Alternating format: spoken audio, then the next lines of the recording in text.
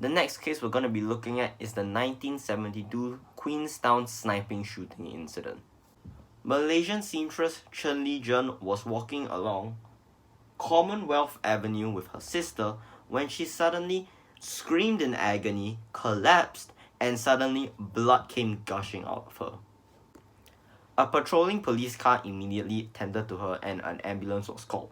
When she reached the hospital, initially, nobody would have expected it to be a gunshot wound. They initially thought that she got stabbed.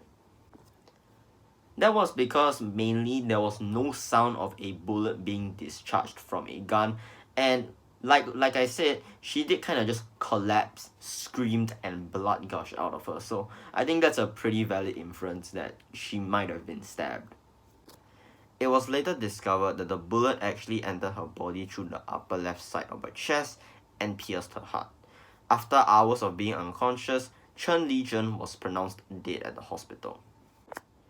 Immediately, this case got a lot of media attention as Chen Li-jen was literally walking in broad daylight, got shot, screamed, collapsed, and there was no witnesses, no evidence besides the little bullet that was found in her that shot her.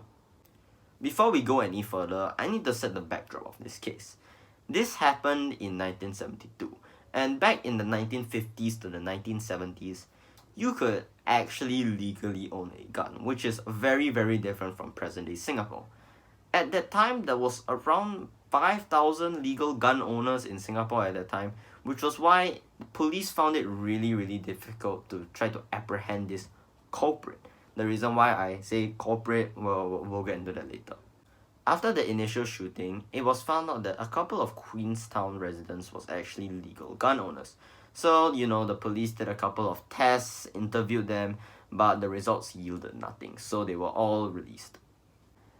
And that isn't even like the biggest surprise, or if you already knew that, that wasn't even a surprise for you.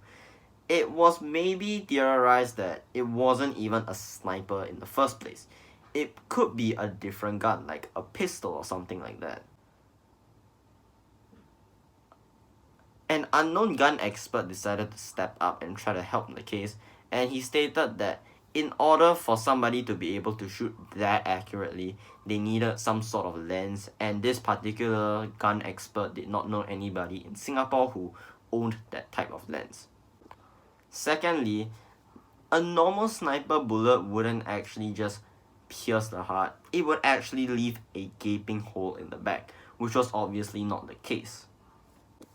However, in the comments that I got this piece of information from, there was another gun expert who thought that the guy was lying, or not rather lying, rather he was false, and he had his own reasons. I don't know much about guns, so I'm just gonna paste the whole comment here.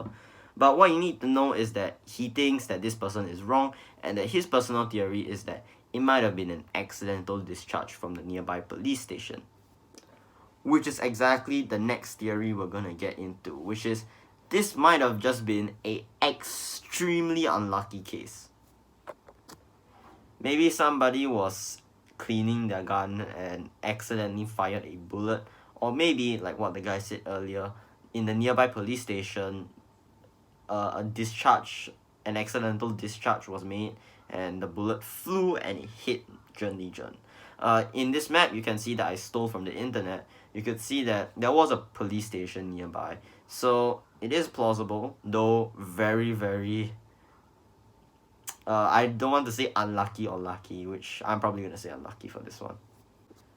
Another theory was that this might have been a case of mistaken identity. Maybe the gunman was trying to, if there were any, maybe the gunman was trying to aim at Chen Li-jen's sister, as apparently a few days before this incident, the sister rejected somebody, and I think that somebody got a bit sad.